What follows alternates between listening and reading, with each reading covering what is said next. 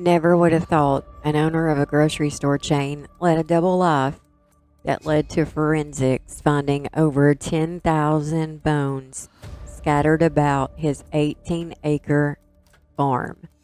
And that's not all. Wait till you hear about the homicides and those missing that he's connected to. Join me as we go digging. Please note that the content of this recording may contain graphic material, including torture, and explicit language may be used. The opinions are of my own and may be offensive to some listeners. They are my opinions. Everyone has them, and if you do not agree, then ignore them like an adult and move on. Listener discretion is strongly advised. Hey Ravens, welcome to the Ravens Knock. I'm your host, Amy. I want to thank you guys for liking, sharing, and subscribing, and also referring your friends. If you're not a premium member, you can do so for $7 a month, which is like a cup of coffee. It does help the show out, as podcasting is not free. And you get ad-free content, bonus episodes that no one else gets. And with that said, let's go ahead and get started. Herb Bowmaster was the oldest of 4 children. He was born to Elizabeth and Dr. Herbert Bowmaster on April the 7th, 1947 in Indianapolis, Indiana. He had a normal childhood, but when he became an adolescent, he started having antisocial behaviors. His friends said he was always pondering what it would be like to taste human urine. He also got a kick out of urinating on teachers' desks, killing, posing, and playing with dead animals. His father, who was also an anesthesiologist, took him in secret to get a mental evaluation. He was diagnosed as a paranoid schizophrenic, and he also had antisocial personality disorder. Despite this, he never received any treatment. It was kept a secret. I don't understand then. Why take him to get evaluated if you're not going to treat him? In 1965, Herb attended Indiana University, but he dropped out after the first semester. In 1972, he went to Butler University, but again, just for a semester. He worked many jobs, and he had a good, strong work ethic. He just had bizarre behavior. He married Julie in November 1971. Julie stated that they only had sex 6 times in 25 years, and they only had 3 children. To get an idea of their relationship, she said she had never seen him naked before. His father had him committed involuntarily to a psych hospital after Julie pleaded with him, stating that he needed help because he was hurting. He stayed for 2 months, and then he was released. He worked for the DMV, but he was fired after he urinated on a letter that had been addressed to the governor and also messing with his supervisor's desk. He worked at a second-hand store for 3 years before he decided to open his own thrift store, but his would be different. It would be a grocery store. That's where the chain Save-A-Lot was born. In 1988, in Indianapolis, Indiana, he opened his first store. The store did so well that he soon opened another. Herb and Julie bought a beautiful farm called Fox Hollow in 1988. It was nestled on 18 acres, and it hosted 11,572 square feet with 4 bedrooms, 10 bathrooms. Like, who needs 10 bathrooms? We only have 1, but we live in a house that was built in the mid-1800s. I guess I'm blessed that I don't have to use an outhouse. The house also had an indoor pool, a private outdoor pond, a fully stocked bar, a 5-car garage, and a terrace. His idea of a huge house was so that his family could be on one side, he could be on the other, and no one would know what the other was doing. Mismanagement began to cause problems for the business, and this began putting a strain and stress on Herb and the marriage. Julie and the kids would oftentimes go away for the weekend just to escape from it all. Herb would always decline, citing that he needed to work at the store, but he wasn't working at all. Instead, he was going into the city and frequenting gay bars. He would choose a young man, no older than 35, lure them back to his mansion to take a dip in the pool. Once there, he had them. Alongside the pool in the basement were mannequins. Some were sitting, some were standing, others laid out on a towel as if they were sunbathing. He said they were there to keep him company.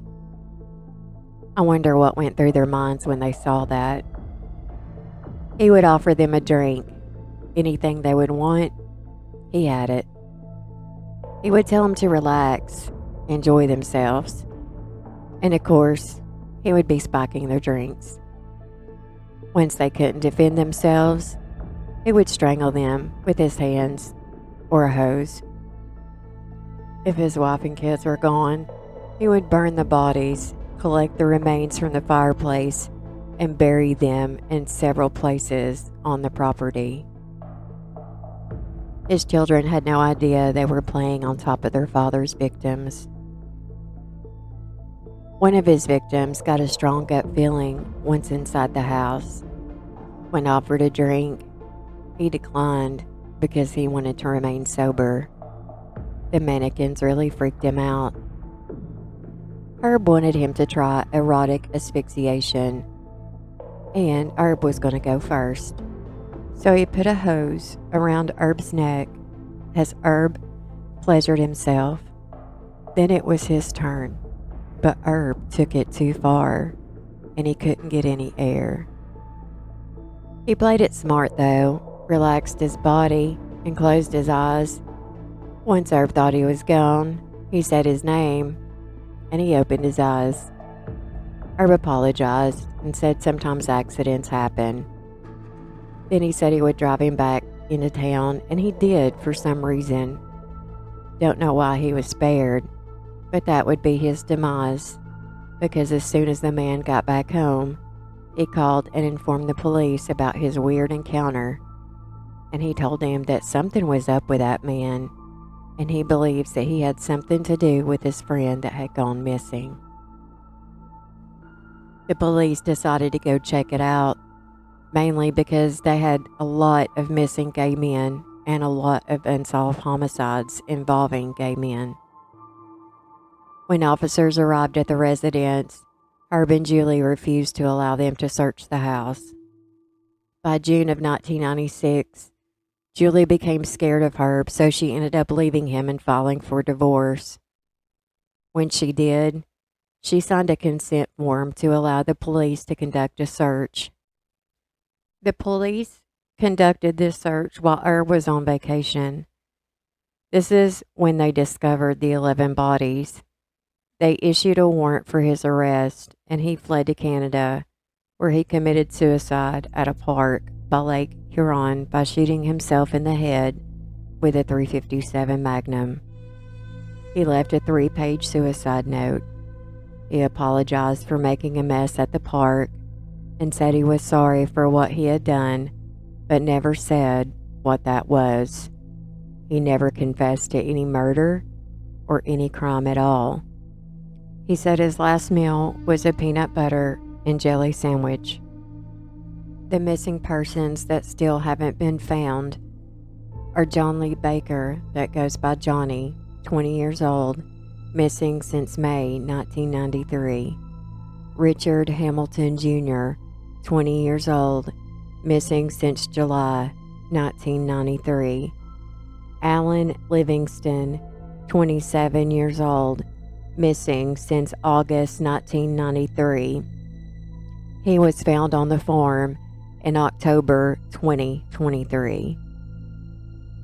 Stephen Hale, 28 years old, missing since April 1994.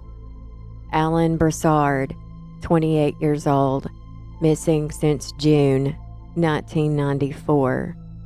Roger Goodlett, 33 years old, missing since July 1994. Michael Kern, 45 years old, missing since March 1994. Jerry Comer, 24 years old, missing since 1995. His car was found at Castleton Mall. Manuel Rodriguez, 34 years old, missing since August 1993. However, they did find a bone that matched one of his relatives. His bone was found in the farm. The body of Michael Petrie, 15 years old, was discovered in Hamilton County, Indiana on June 16, 1980. He was reported missing on June 7, 1980. Cause of death, strangulation.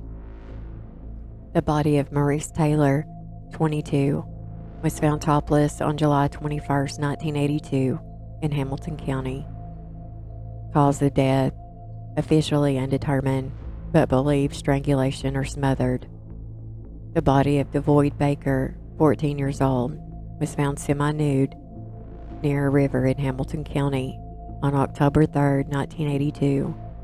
He had been riding his bike when he disappeared.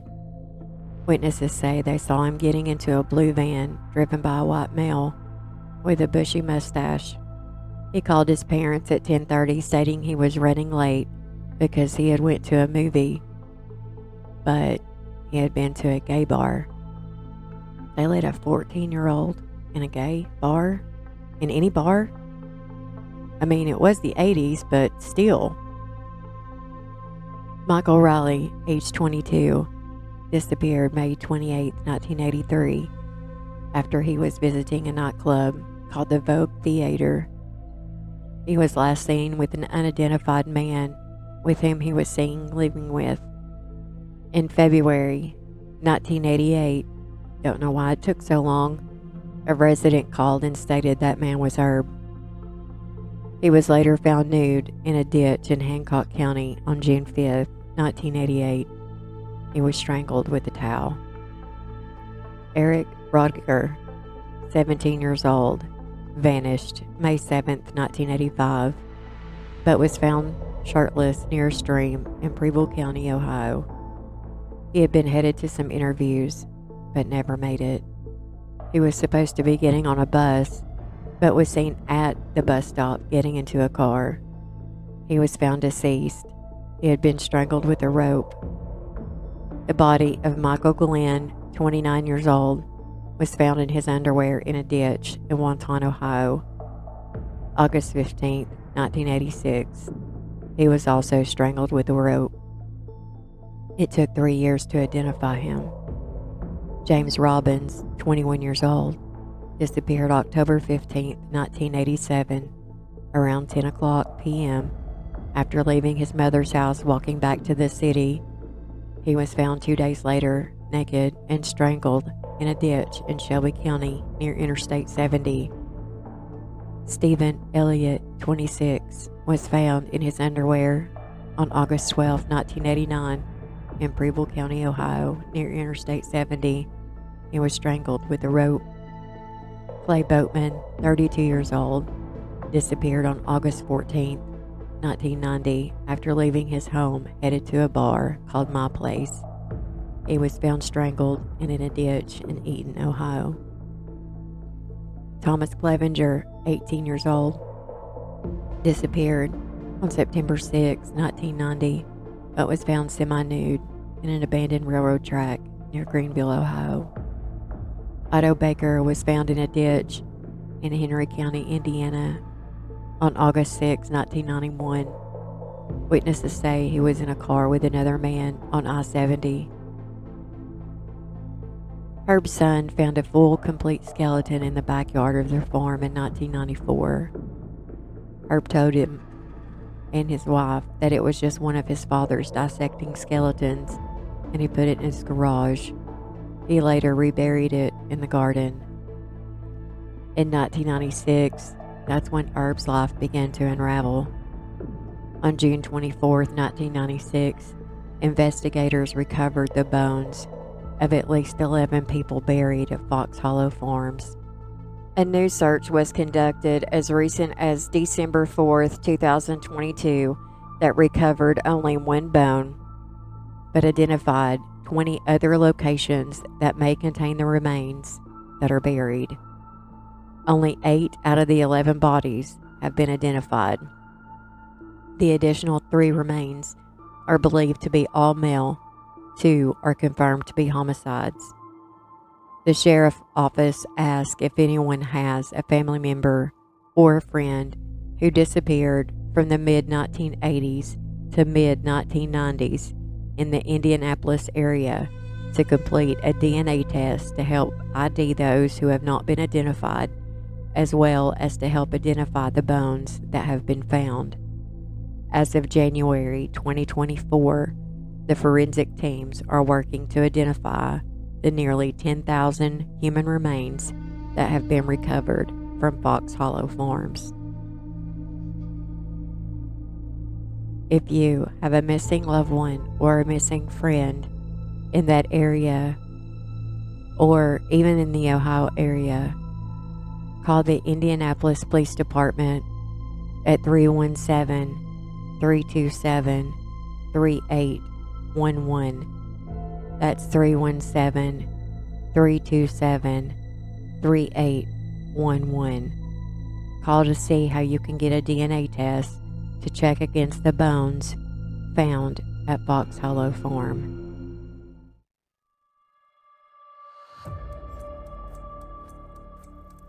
Thanks, guys, for listening. I know that is a short story, but those people are still missing, and those homicides have not officially been closed, even though obviously they're all connected. They still believe that they belong to Herb. But again, just because it's short doesn't mean it's not important. I hope you all did enjoy the show. Thanks again for listening. Please like, subscribe, tell your friends. If you can, please be a premium member. And until next time, guys, avoid rest stops and be safe.